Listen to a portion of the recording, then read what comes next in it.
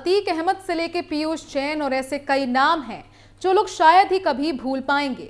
आतंक की दुनिया में राज करने से लेकर मासूम से चेहरे के पीछे की खतरनाक सच्चाई तक आज की स्पेशल स्टोरी में हम आपको बताएंगे। डॉन से लेकर करोड़ों करोड़ों की संपत्ति का ऐसा मामला जिसे सुन के आप भी हैरान हो जाएंगे। नमस्कार, आप देख रहे हैं कैपिटल टीवी की स्पेशल स्टोरी और मैं हूं आपके साथ राजप्रीत कौर। आज के इस स्पेशल स्टोरी में आपको बताएंगे अतीक अहमद और उसकी करोड़ों की संपत्ति के मामले के बारे में जिस पर पुलिस ने लिया है एक्शन। साथ ही बताएंगे ऐसे ही कुछ और मामलों के बारे में।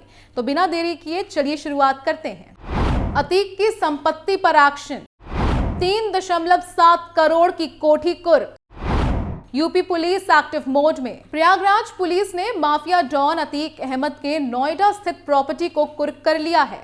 प्रॉपर्टी के तौर पर उनके 3.7 करोड़ के आवास को जब्त किया गया है। शहर के डिप्टी कमिश्नर दीपक भूकर ने बताया कि अतीक अहमद का घर नोएडा के सेक्टर 36 में स्थित था। प्रॉपर्टी को गैंगस्टर एक्ट के तहत कुर्क किया गया है। ये कुर्की बसपा विधायक राजूपाल हत्याकांड के मुख्य गवाह उमेश पाल की हत्या में पुलिस कार्रवाई के हिस्से के रूप में की गई है। उमेश पाल की पिछले साल 25 फरवरी को दिन दहाड़े गोली मारकर हत्या कर दी गई थी। उमेश पाल की पत्नी जयापाल की शिकायत पर घूमनगंज थाने में अतीक अहमद, उसके भाई अशरफ, पत्नी शाइस्ता परवीन, अतीक के 2 बेटे गुड्डू मुस्लिम और गुलाम और 9 अन्य सहयोगियों के खिलाफ मामला दर्ज किया गया था। पुलिस ले जा रही थी अस्पताल जब हुई हत्या। 100 से अधिक आपराधिक मामलों में नामित अतीक अहमद और उसके भाई अशरफ की पिछले साल ही 15 अप्रैल को 2 लोगों ने गोली मारकर हत्या कर दी थी। वे पुलिस घेरे में थे और पुलिस क्राइम सीन के रिएक्शन के बाद सरकारी अस्पताल ले जा रही थी, जहां दोनों भाई को सिर में पॉइंट ब्लैंक रेंज से गोली मारी गई थी। इस मामले की वीडियो भी सोशल मीडिया पर सामने आई थी, जिसमें अतीक को सड़क पर तड़पते हुए देखा गया था। क्या थे अतीक अहमद पर आरोप? अतीक अहमद 2005 के बसपा विधायक राजूपाल हत्याकांड और इसी साल फरवरी में हुए उमेश पाल हत्याकांड में भी आरोपी थे। उसके बेटे असद अहमद को 13 अप्रैल को झांसी में एक मुठभेड़ के दौरान मार दिया गया था। जब कथित तौर पर वे भागने की कोशिश कर रहे थे, उसके साथ गुलाम भी था। ये दोनों प्रयागराज में उमेश पाल की हत्या के मामले में संदिग्ध थे। आरोपियों ने उन्हें पकड़ने के लिए प्रत्येक को 5 लाख का इनाम रखा था। शाइस्ता की पुलिस को तलाश है और वो अभी भी फरार बताई जा रही है। ये तो हो गई अतीक अहमद की बात। अब आपको एक ऐसे ही शख्स के बारे में बताते हैं जिसके ठिकानों पर 3 साल पहले जब डीजीजीआई ने छापा मारा था तो करीब 197 करोड़ रुपए कैश मिला था। साथ ही मिले थे 23 किलोग्राम सोने के बिस्किट। अगर आपने अंदाजा लगा लिया है कि मैं किसकी बात कर रही हूं तो बिल्कुल सही सोचा आपने। मैं बात कर रही हूं कानपुर के इत्र कारोबारी पीयूष जैन की। दरअसल कानपुर के इत्र कारोबारी पीयूष जैन एक बार फिर चर्चा में है। पीयूष जैन वही कारोबारी है जिसके ठिकानों पर 3 साल पहले डीजीजीआई ने छापा मारा था, जिसमें करीब 197 करोड़ रुपए कैश मिला था। साथ ही 23 किलोग्राम सोने के बिस्किट भी मिले थे। अब इसी 23 किलो सोने को पीयूष जैन ने सरेंडर कर दिया है। बता दें कि साल 2021 के आखिर में DGGI directorate general of GST intelligence Ahmedabad की टीम ने कानपुर के रहने वाले इत्र कारोबारी पीयूष जैन के घर में छापा डालकर 197 करोड़ नकद बरामद किया था। इसके बाद कन्नौज में उनकी इत्र फैक्ट्री और कोठी में छापा मारकर 23 किलो सोना और चंदन का तेल बरामद किया था। इस मामले में पीयूष जैन जेल चले गए थे।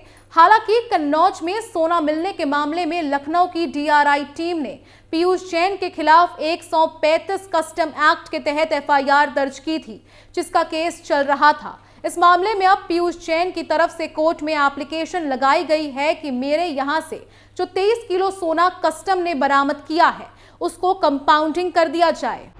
गोल्ड पर अपना दावा छोड़ा। जबकि इसके पहले पीयूष जैन ने सोने पर अपना दावा ठोका था, जिसकी 60 लाख पेनल्टी भी जमा की थी।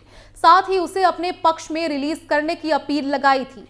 कानपुर में डीजीजीआई के सरकारी अधिवक्ता अम्बरीश टंडन का कहना है कि पीयूष जैन ने 56,86,000 रुपए की कंपाउंडिंग फीस जमा करके दावा किया था कि उसके घर से जो 23 किलो सोना बरामद किया गया है उसको कंपाउंडिंग कर दिया जाए। इस तरीके से उन्होंने सोना सरकार के समक्ष सरेंडर कर दिया था।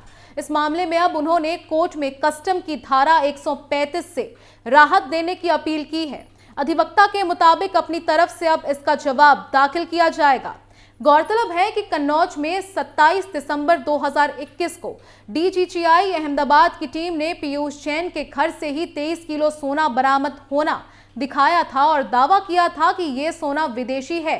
लेकिन अब पीयूष जैन दावा कर रहे हैं कि ये सोना उनको नहीं चाहिए। उन्होंने सोने पर दावा करने वाली अपनी अपील भी वापस ले ली है। साथ ही साथ कंपाउंडिंग फीस जमा कर दी है। फिलहाल पीयूष जैन जमानत के बाद जेल से बाहर आ चुके हैं। मुठभेड़, हत्या और छापेमारी जैसे मामले आए दिन सामने आते रहते हैं। चलिए अब आपको ऐसे एक और मामले के बारे में विस्तार से पॉइंट टू पॉइंट हमारी इस स्पेशल स्टोरी में बताते हैं। दरअसल उत्तर प्रदेश के बांदा में अवैध हथियारों के दम पर अवैध खनन करने वाला गाजियाबाद का माफिया विपुल त्यागी पर जिला प्रशासन ने शिकंजा कसा है। गैंगस्टर विपुल त्यागी के गाजियाबाद में 400 से ज्यादा फ्लैट वाले अपार्टमेंट को सीज कर दिया गया है। पुलिस ने अवैध संपत्ति की जांच होने तक इस अपार्टमेंट पर फ्लैट खरीद और बिक्री पर रोक लगा दी है।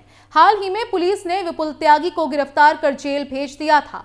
साथ ही उसकी सभी संपत्तियों की जांच होने तक बेचने पर रोक लगाई गई है।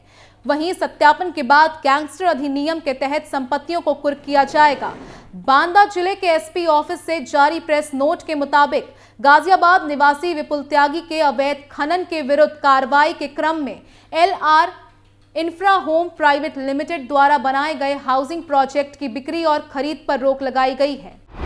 बांदा पुलिस के कहने पर गाजियाबाद में एक्शन। दरअसल बांदा जिला प्रशासन ने गाजियाबाद के स्थानीय प्रशासन से जांच होने तक रोक लगाने की मांग की थी, जिसे स्वीकार करते हुए नोटिस जारी किया गया है। जांच पूरी होने तक फ्लैट्स की बिक्री और खरीद रोकी गई है। इस कंपनी में विपुल त्यागी और उसके परिवार के सदस्य शेयर धारक हैं। विपुल त्यागी और उसके गुर्गों के खिलाफ बांदा में पैलानी थाने में गैंगस्टर एक्ट सहित कई मामले दर्ज हैं, जो बांदा में गिरोह बनाकर अवैध हथियारों के दम पर अवैध खनन व परिवहन भी करता था। फिलहाल पुलिस ने विपुल को गिरफ्तार कर जेल भेज दिया है। विपुल की सभी संपत्तियों की जांच की जा रही है। जांच के बाद अवैध संपत्तियों को कुर्क किया जाएगा। गाजियाबाद के अपार्टमेंट में 400 से अधिक फ्लैट हैं। एसपी अंकुर अग्रवाल ने बताया कि गैंगस्टर विपुल त्यागी के खिलाफ बांदा में गंभीर मामले दर्ज हैं, जिसकी अवैध संपत्ति की जांच की जा रही है। इसलिए जांच के क्रम में गाजियाबाद के अपार्टमेंट में खरीद और बिक्री पर रोक लगाई गई है। जांच में कुछ भी अवैध मिलने पर कुर्की की कार्रवाई की जाएगी। फिलहाल विपुल त्यागी इस समय बांदा जेल में बंद है। चलिए अब आपको कुछ समय पहले की खबर भी बताते हैं। दरअसल कुछ समय पहले उत्तर प्रदेश की बांदा पुलिस ने गैंगस्टर विपुल त्यागी को गिरफ्तार किया था। विपुल त्यागी गाजियाबाद से बांदा आकर हथियारों के दम पर अवैध खनन को अंजाम देता था। पुलिस ने विपुल के सहयोगी 19 गुर्गों के खिलाफ भी गैंगस्टर एक्ट के तहत कार्रवाई की थी। वहीं पुलिस का कहना था कि माफिया को अरेस्ट करके जेल भेज दिया गया है। खैर, योगी पुलिस चुन चुन के अपराधियों को उनके किए की सजा देती आ रही है। कोई भी अपराधी पुलिस और सीएम योगी की पैनी नजर से बच नहीं सकता। हर एक गुनहगार को योगी के हंटर की मार पड़नी ही है। खैर, स्पेशल स्टोरी में आज के लिए बस इतना ही। बाकी तमाम खबरों के लिए देखते रहिए कैपिटल टीवी उत्तर प्रदेश। नमस्कार।